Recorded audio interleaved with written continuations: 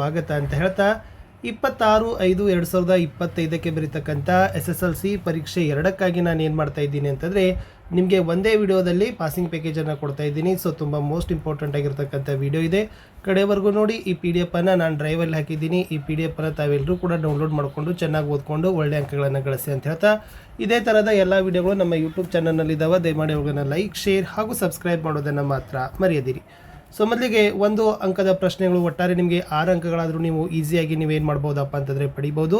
So ಯಾವೆಲ್ಲ ಇದ್ದಾವೆ ಅನ್ನೋದನ್ನು ಮೇನಾಗಿ ಹೈಲೈಟ್ ಮಾಡ್ತಾ ಹೋಗ್ತೀನಿ, ಅವುಗಳನ್ನು ನೋಡ್ಕೊಡ್ರಿ. ಭಾಷೆ ಯಾವುದಕ್ಕೆ ಸಾಧನವಾಗಿದೆ? ಭಾಷೆ ಸುತ್ತಮುತ್ತಲಿನವರೊಡನೆ ವ್ಯವಹರಿಸುವುದಕ್ಕೆ ಹಾಗೂ ವಿಚಾರ ವಿನಿಮಯ ಮಾಡುವುದಕ್ಕೆ ಭಾಷೆ ಒಂದು ಅಮೂಲ್ಯ ಸಾಧನವಾಗಿದೆ. 2ನೇ ಪ್ರಶ್ನೆ, ಪ್ರಾಣಿಗಳು ತಮ್ಮ ಮಕ್ಕಳಿಗೆ ಯಾವ ವಿಚಾರವಾಗಿ ತರಬೇತು ಕೊಡುತ್ತವೆ? ಪ್ರಾಣಿಗಳು ಚಲನವಲನಗಳ ಹಾಗೂ ಆಹಾರ ವಿಚಾರಗಳ ವಿಚಾರವಾಗಿ ತಮ್ಮ ಮಕ್ಕಳಿಗೆ ತರಬೇತನ್ನು ಕೊಡ್ತವೆ. 3ನೇ ಪ್ರಶ್ನೆ, ಮನುಷ್ಯನಿಗೆ ಲೆಕ್ಕವಿಡುವ ಅವಶ್ಯಕತೆ ಯಾವಾಗ ಉಂಟಾಯಿತು ಅಂತ ಕೇಳಿದರೆ, ಮಾನವ ಒಂದೆಡೆ ಬೀಡು ಬಿಟ್ಟು ಆಸ್ತಿ, ಮನೆ, ಬದುಕು ಮೊದಲಾದ ಭಾವನೆಗಳನ್ನು ತಳೆಯುವುದಕ್ಕೆ ಎಂದು ಮೊದಲು ಮಾಡಿದನೋ ಅಂದು ಅವನಿಗೆ ಲೆಕ್ಕವಿಡುವ ಅವಶ್ಯಕತೆ ಉಂಟಾಯಿತು. 4ನೇ ಪ್ರಶ್ನೆ, ಎಣ್ಣೆ ತುಪ್ಪದ ಮಿಶ್ರಣ ಬೇಡವೆಂದು ಹೇಳಿದವರು ಯಾರು? ಸೊ ಕವಿ ನಯಸೇನ ಅವರು ಹೇಳಿರ್ತಕ್ಕಂಥದ್ದು. ಇನ್ನು ಕನ್ನಡಕ್ಕೆ ಪರ್ಷಿಯನ್ ಶಬ್ದಗಳು ಯಾವಾಗ ಬಂದವು ಅಂತ ಕೇಳಿದರೆ, ಸೊ ಪೂರ್ಣ ವಾಕ್ಯದಲ್ಲಿ ಬರೀರಿ, ಮಹಮ್ಮದಿಯರ ಆಳ್ವಿಕೆಯ ಸಮಯದಲ್ಲಿ ಅಂತಕ್ಕಂಥದ್ದನ್ನ ಬರೆದ್ರೆ ಅಂಕಗಳನ್ನು ಕೊಡ್ತಾರೆ. ಇನ್ನು AN ಮೂರ್ತಿರವರು ಬರೆದಿರ್ತಕ್ಕಂಥ ಪಾಠಕ್ಕೆ ಹೋಗೋಣ. ವ್ಯಾಘ್ರಗೀತೆಯಲ್ಲಿ ಭಗವದ್ಗೀತೆಯನ್ನು ರಚಿಸಿದವರು ಯಾರು ಅಂತ ಕೇಳಿದರು. So the right answer is Maharshi ವೇದವ್ಯಾಸರು ಅಂತಕ್ಕಂಥದ್ದು ಗೊತ್ತಿರಲಿ. ಹುಲಿಗೆ ಪರಮಾನಂದವಾಗಲು ಕಾರಣವೇನು ಅಂತ ಕೇಳಿದರೆ, ಶಾನುಭೋಗರ ದುಂಡು ದುಂಡಾದ ಶರೀರವನ್ನು ನೋಡಿ ಹುಲಿಗೆ ಪರಮಾನಂದವಾಯಿತು. ಇನ್ನು ಶಾನುಭೋಗರಿಗೆ ತಲೆ ಸುತ್ತಲು ಕಾರಣವೇನು ಅಂತ ಕೇಳಿದರೆ, ಹುಲಿಗೆ ತಮ್ಮ ಮುಖ ದರ್ಶನವಾಗದಂತೆ ತಪ್ಪಿಸಿಕೊಳ್ಳುವ ಡೊಂಬರಾಟದಲ್ಲಿ ಶಾನುಭೋಗರಿಗೆ ತಲೆ ಸುತ್ತಲು ಆರಂಭಿಸಿತು. ಮುಂದಿನ ಪ್ರಶ್ನೆ ಇತ್ತು, ಶಾನುಭೋಗರ ಬ್ರಹ್ಮಾಸ್ತ್ರ ಯಾವುದು ಅಂತ ಕೇಳಿದ್ದಾರೆ. So the right answer is ಖಿರ್ದಿ ಪುಸ್ತಕ. ಇನ್ನು ಹಸಿದು ಮಲಗಿದ್ದ ಹುಲಿ ಏನೆಂದು ಯೋಚಿಸಿತು? ವಿಧಿ ಆಹಾರಕ್ಕೆ ತನಗೆ ಏನನ್ನು ಒದಗಿಸುವುದು ಎಂದು ಹುಲಿ ಯೋಚಿಸಿತು ಅಂತ ಬರೆದ್ರೆ ಸಾಕು. ಇನ್ನು 3ನೇ ಗದ್ಯಪಾಠ ಭಾಗ್ಯಶಿಲ್ಪಿಗಳು. ನಲ್ವಡಿ ಕೃಷ್ಣರಾಜ ಒಡೆಯರು ಯಾವಾಗ ಪಟ್ಟಾಭಿಷಿಕ್ತರಾದರು ಅಂತ ಕೇಳಿದರು. ಸೊ 1895 ಅಂತ ಗೊತ್ತಿರಲಿ.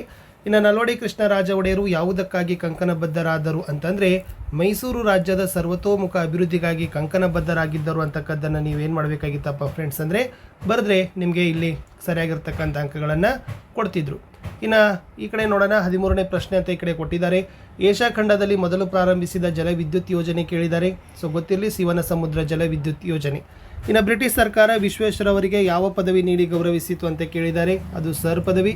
ಇನ್ನು ವಿಶ್ವೇಶ್ವರಯ್ಯ ಅವರನ್ನು ದಿವಾನರನ್ನಾಗಿ ನೇಮಿಸಿದವರು ಯಾರು ಅಂತ ಕೇಳಿದರು. ನಲ್ವಡಿ ಕೃಷ್ಣರಾಜ ಒಡೆಯರು ಅನ್ನೋದು ಸರಿಯಾದ ಉತ್ತರ.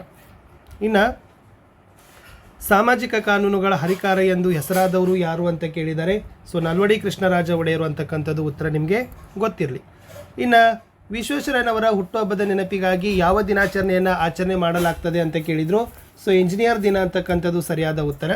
ಇನ್ನು ಎದೆಗೆ ಬಿದ್ದ ಅಕ್ಷರ ಅಂತಕ್ಕಂಥ ಗದ್ಯಪಾಠದಲ್ಲಿ ನೋಡೋದಾದರೆ, ಇಂದೆಲ್ಲ ನಾಳೆ ಫಲ ಕೊಡುವ ಅಂಶಗಳಾವುವು ಅಂತ ಕೇಳಿದರು. ಭೂಮಿಗೆ ಬಿದ್ದ ಬೀಜ ಮತ್ತು ಎದೆಗೆ ಬಿದ್ದ ಅಕ್ಷರ. ಮನೆ ಮಂಚಮ್ಮ ಯಾರು? ಸೊ ಮನೆ ಮಂಚಮ್ಮ ಗ್ರಾಮ ದೇವತೆ. ಮನೆ ಮಂಚಮ್ಮನ ಕತೆ ಹೇಳಿದ ಕವಿ ಯಾರು ಅಂತ ಕೇಳಿದರು. ಸಿದ್ಧಲಿಂಗಯ್ಯ ಅವರು. ಶಿವಾನುಭವ ಶಬ್ದಕೋಶ ಪುಸ್ತಕವನ್ನು ಬರೆದವರು ಯಾರು ಅಂತ ಕೇಳಿದರು. ಫಗು ಹಳಕಟ್ಟಿ. ವಚನಕಾರರಿಗೆ ಯಾವುದು ದೇವರಾಗಿತ್ತು ಅಂತ ಕೇಳಿದ್ದಾರೆ. ಸೊ ವಚನಕಾರರಿಗೆ ಅವರವರ ಪ್ರಜ್ಞೆಯೇ ದೇವರಾಗಿತ್ತು ಅನ್ನೋದು ಉತ್ತರ. ಇನ್ನು ಅಶೋಕ್ ಪೈ ಅವರ ವೃತ್ತಿ ಯಾವುದು ಅಂತ ಕೇಳಿದರು. ಅವರು ಪ್ರಸಿದ್ಧ ಮನೋವೈದ್ಯರಾಗಿದ್ದರು. ಇನ್ನು ದೇವನೂರರ ನನ್ನ ದೇವರು ಯಾರೆಂಬುದನ್ನು ಸ್ಪಷ್ಟೀಕರಿಸಿ ಅಂತ ಕೇಳಿದರೆ, ಚಾವಣಿ ಇಲ್ಲದ ಗುಡಿಯಲ್ಲಿ ಬುದ್ಧನನ್ನು ಇಟ್ಟರೆ ಅದು ಅದೇ ದೇವನೂರರ ದೇವರು ಅಂತಕ್ಕದ್ದನ್ನು ಅವ್ರು ಏನು ಮಾಡಿದ್ರಪ್ಪ ಅಂತಂದರೆ ಎದೆಗೆ ಬಿದ್ದ ಅಕ್ಷರ ಗದ್ಯಪಾಠದಲ್ಲಿ ಹೇಳಿದ್ದಾರೆ. ಇನ್ನು ಯುದ್ಧ ಪಾಠದಲ್ಲಿ ನೋಡೋದಾದರೆ ಸ್ನೇಹಿತರೆ, ಪ್ರಶ್ನೆ ಇತ್ತು, ರಾಹಿಲ ಯಾರು? ರಾಹಿಲ ಒಬ್ಬ ಡಾಕ್ಟರ್. ರಾಹಿಲ ತುರ್ತು ಪರಿಸ್ಥಿತಿ ನಿರ್ವಹಣೆಗೆ ಭದ್ರವಾಗಿ ಹಿಡಿದುಕೊಂಡಿದ್ದೇನು ಅಂತ ಕೇಳಿದರೆ, ಔಷಧಿ ಮತ್ತು ಶಸ್ತ್ರಚಿಕಿತ್ಸಾ ಸಾಮಾನುಗಳ ಪೆಟ್ಟಿಗೆ. ಗಡಿ ಪ್ರದೇಶದಲ್ಲಿ ಬ್ಲಾಕ್ಔಟ್ ನಿಯಮ ಏತಕ್ಕಾಗಿ ಪಾಲಿಸ್ತಾರೆ ಅಂತ ಕೇಳಿದರೆ, ವಿಮಾನ ದಾಳಿಯಿಂದ ರಕ್ಷಣೆ ಮಾಡಿಕೊಳ್ಳಲಿಕ್ಕೆ. ಇನ್ನು ರಾಹಿಲನು ಮುದುಕಿಯ ಎದುರಿಗೆ ನುಡಿದ ಗಂಭೀರವಾದ ಮಾತು ಯಾವುದು ಅಂತ ಕೇಳಿದರು. ನಾನು ಯುದ್ಧ ಮಾಡುವ ಕಡೆಯವನಲ್ಲ, ಸಂಕಷ್ಟಕ್ಕೀಡಾದ ಮನುಷ್ಯ ಕಡೆಯವನು ಅಂತಕ್ಕಂಥದ್ದು ಆತ ಹೇಳಿರ್ತಕ್ಕಂಥ ವಾಕ್ಯ ಇತ್ತು. ಇನ್ನು ಮುಂದಿನ ಪ್ರಶ್ನೆ ಇತ್ತು ಫ್ರೆಂಡ್ಸ್, ಯುದ್ಧದ ಬಗ್ಗೆ ಮುದುಕಿಯ ಅಭಿಪ್ರಾಯವೇನು ಅಂತ ಕೇಳಿದ್ದಾರೆ. ಎಲ್ಲರಿಗೂ ದೇಹಕ್ಕೂ ಮನಸ್ಸಿಗೂ ಗಾಯ ಮಾಡುವುದೇ ಯುದ್ಧದ ಪರಿ ಎಂಬುದು ಮುದುಕಿಯ ಅಭಿಪ್ರಾಯವಾಗಿತ್ತು. ಶಬರಿ ಗದ್ಯಪಾಠಕ್ಕೆ ಬರೋಣ. ಶಬರಿ ಗದ್ಯಪಾಠದಲ್ಲಿ ಕೇಳಿರ್ತಕ್ಕಂಥ ಪ್ರಶ್ನೆ, ಶ್ರೀರಾಮನ ತಂದೆ ಹೆಸರೇನು ಅಂತ ಕೇಳಿದ್ದಾರೆ. ತಮ್ಮೆಲ್ಲರಿಗೂ ಕೂಡ ಗೊತ್ತಿರಲಿ, ಶ್ರೀರಾಮನ ತಂದೆ ಹೆಸರು ದಶರಥ. ಶ್ರೀರಾಮನಿಗೆ ಸಮರ್ಪಿಸಲು ಶಬರಿ ಏನನ್ನು ಸಂಗ್ರಹಿಸಿದ್ದಳು ಅಂತ ಕೇಳಿದರು. ಹೂವು, ಮಧುಪರ್ಕ ಮತ್ತು ಹಣ್ಣು ಹಂಪಲ. ಮತಂಗಾಶ್ರಮದಲ್ಲಿ ವಾಸವಿದ್ದ ತಪಸ್ವಿನಿ ಯಾರು ಅಂತ ಕೇಳಿದರು. ಶಬರಿ. ಇನ್ನು ರಾಮಲಕ್ಷ್ಮಣರಿಗೆ ಮತ್ತಂಗಾಶ್ರಮಕ್ಕೆ ಹೋಗಲು ಸೂಚಿಸಿದವರು ಯಾರು ಅಂತ ಕೇಳಿದರು. ಸರಿಯಾದ ಉತ್ತರ ಧನು ಎಂಬ ರಾಕ್ಷಸ. ಶಬರಿಗೀತ ನಾಟಕದ ಕರ್ತೃ ಯಾರು ಅಂತ ಕೇಳಿದ್ದಾರೆ, ಪೂತಿ ನರಸಿಂಹಾಚಾರ್ಯ ಅನ್ನೋದು ಸರಿಯಾದ ಉತ್ತರ ಬರ್ತದೆ. ಮುಂದಿನ ಪಾಠ ಲಂಡನ್ ನಗರ. ಎಸ್, ಲಂಡನ್ ನಗರ ಪಾಠದಲ್ಲಿ ಬರ್ತಕ್ಕಂಥ 1 ಮಾರ್ಕ್ ಕ್ವಶನ್ಸ್ಗಳು ಯಾವಪ್ಪ ಅಂತಂದರೆ ಇಂಪಾರ್ಟೆಂಟು. ಲಂಡನ್ನಿನ ಪೇಟೆಯಲ್ಲಿರುವ ಸ್ಟೇಷನರಿ ಅಂಗಡಿ ಹೆಸರು ಕೇಳಿದರೆ ವೂಲ್ವರ್ತ್. ನೆಲ್ಸನ್ ರವರ ಮೂರ್ತಿ ಇರುವ ಸ್ಥಳದ ಹೆಸರೇನು ಕೇಳಿದರು, ಟ್ರಾಫಲ್ಗಾರ್ ಸ್ಕ್ವೇರ್ ಅನ್ನೋದು ಉತ್ತರ. ವೆಸ್ಟ್ ಮಿನಿಸ್ಟರ್ ಅಬೆ ಯಾರ ಸ್ಮಾರಕವಾಗಿದೆ ಅಂತ ಕೇಳಿದ್ದಾರೆ, ಸತ್ತು ಹೋಗಿರುವ ಸಂತರ ಸಾರ್ವಭೌಮರ ಕವಿ ಪುಂಗವರ ಸ್ಮಾರಕವಾಗಿದೆ. ಇನ್ನು ಆಂಗ್ಲ ಸಾಮ್ರಾಜ್ಯದ ವೈಭವ ಕಂಡುಬರುವ ಓಣಿ ಯಾವುದು ಅಂತ ಕೇಳಿದ್ದಾರೆ, ಸೊ ಚೇರಿಂಗ್ ಕ್ರಾಸ್ ಅನ್ನೋದು ಸರಿಯಾದ ಉತ್ತರ ಬರ್ತದೆ. ಇನ್ನು ಅಗ್ನಿಭೂತಿ ಮತ್ತು ವಾಯುಭೂತಿಯರ ಕಥೆ ಅಂತಕ್ಕಂಥ ಪಾಠಕ್ಕೆ ಹೋಗೋಣ. ಸೊ ಪ್ರಶ್ನೆ ಇತ್ತು, ಕೌಸಂಬಿಯ ಅರಸ ಯಾರು ಅಂತ ಕೇಳಿದ್ದಾರೆ, ಅತಿಬಲ. ಸೋಮಶರ್ಮ ಕಶ್ಯಪಿಯರ ಮಕ್ಕಳ ಹೆಸರು ಕೇಳಿದರು, ಅಗ್ನಿಭೂತಿ ಮತ್ತು ವಾಯುಭೂತಿ. ಕಶ್ಯಪಿ ವಿದ್ಯಾಭ್ಯಾಸಕ್ಕಾಗಿ ತನ್ನ ಮಕ್ಕಳನ್ನು ಯಾರ ಬಳಿಗೆ ಕಳಿಸಿದರು ಅಂತ ಕೇಳಿದರೆ, ತನ್ನ ಅಣ್ಣನಾದ ಸೂರ್ಯಮಿತ್ರನ ಬಳಿಗೆ. ಸೂರ್ಯಮಿತ್ರನು ತನಗೆ ಕಶ್ಯಪಿ ಎಂಬ ತಂಗಿ ಇಲ್ಲ ಎಂದು ಹೇಳಲು ಕಾರಣವೇನು ಅಂತ ಕೇಳಿದರು. ಸೂರ್ಯಮಿತ್ರನು ಸಲಿಗೆಯನ್ನು ಕೊಟ್ಟರೆ ಹಾಳಾಗುವರು ಅಂತಕ್ಕಂಥ ಒಂದು ಭಾವನೆಯಿಂದ ವಿಚಾರದಿಂದ ಅವ್ರು ಏನು ಮಾಡ್ತಾರಪ್ಪ ಅಂದರೆ ಮಾವ ಅಂತಕ್ಕದ್ದನ್ನು ಏನು ಮಾಡ್ತಾರೆ, ಕಶ್ಯಪಿ ಅಂತಕ್ಕಂಥ ತಂಗಿಲ್ಲ ಅಂತಾನೆ ಅವರು ಹೇಳ್ತಾರೆ. ಇನ್ನು ಪಂಡಿತರಾದ ಅಗ್ನಿಭೂತಿ ವಾಯುಭೂತಿಯರಿಗೆ ದೊರೆತ ಪದವಿ ಯಾವುದು ಅಂತ ಕೇಳಿದರು, ಸೊ ಮಂತ್ರಿ ಪದವಿ ಅನ್ನೋದು ಸರಿಯಾದ ಉತ್ತರ ಬರ್ತದೆ. ಇಷ್ಟು ಗದ್ಯ ಭಾಗದ ನಾನು ಪ್ರಶ್ನೆಗಳನ್ನು ನಿಮಗೆ ಕೊಟ್ಟಿದ್ದೆ. ಸೊ ಪದ್ಯ ಭಾಗದಲ್ಲಿರ್ತಕ್ಕಂಥದ್ದನ್ನೇ ನೋಡ್ತಾ ಹೋಗೋಣ. ಎಸ್, ಯಾವುದರನ್ನು ಎಚ್ಚರದಲ್ಲಿ ಮುನ್ನಡೆಸಬೇಕು ಅಂತ ಕೇಳಿದರೆ, ಬಿರುಗಾಳಿಗೆ ಹೊಯ್ದಾಡುವ ಹಡಗನ್ನು.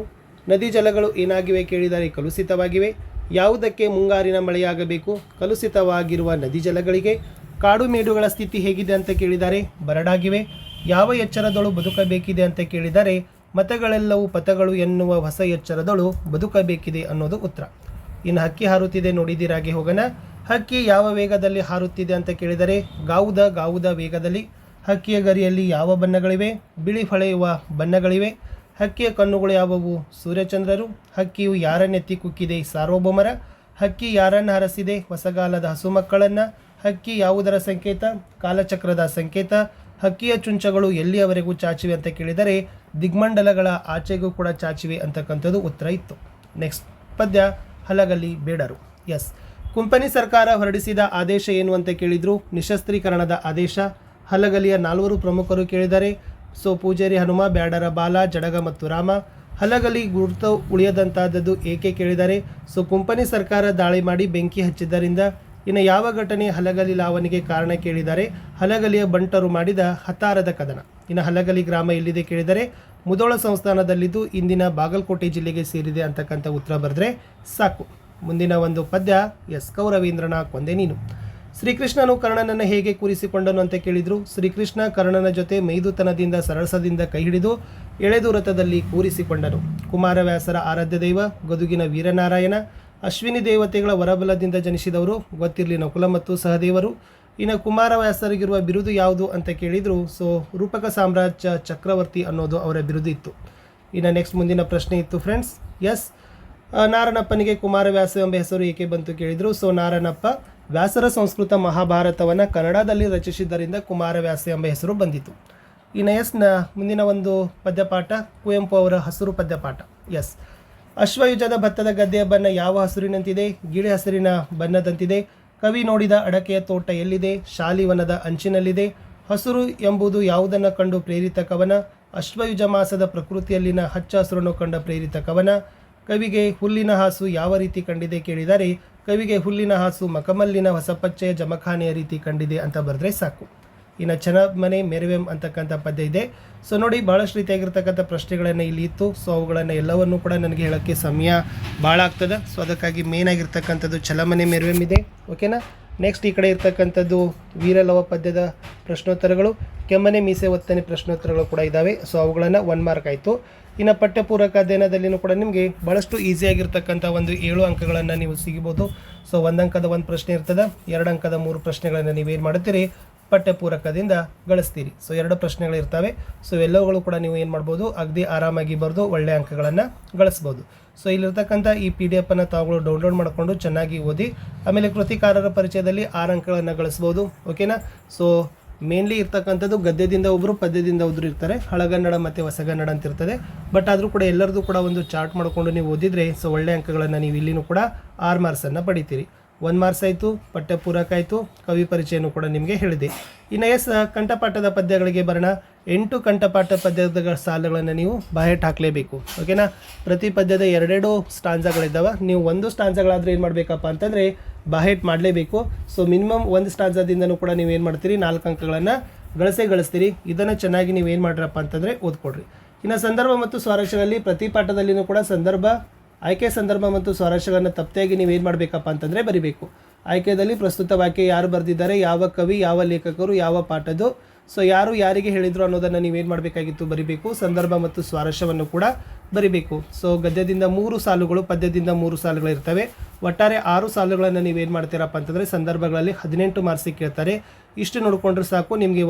ಇಲ್ಲಿನೂ ಕೂಡ ಒಂದು 10 ಮಾರ್ಕ್ಸ್ ಆದರೂ ಆರಾಮಾಗಿ ನೀವು ಏನು ಮಾಡ್ತೀರಪ್ಪ ಅಂತಂದರೆ ಮಿನಿಮಮ್ ಆಗಿ ತೆಗಿತೀರಿ. ಸೊ ಇಷ್ಟು ಏನಾಗಿತ್ತಪ್ಪ ಅಂದರೆ ಸಂದರ್ಭ.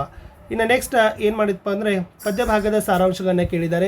ಸೊ ಪದ್ಯ ಭಾಗದ ಸಾರಾಂಶಗಳು ಏನಾಗಿತ್ತು ಅಂತಂದರೆ, ಸೊ ನೀವು ಇಲ್ಲಿಂದ ಪದ್ಯದಲ್ಲಿನೂ ಕೂಡ ಉತ್ತರಗಳನ್ನು ಏನು ಮಾಡ್ಬೋದಾಗಿತ್ತು, ಆರಾಮಾಗಿ ಬರಿಬೋದು.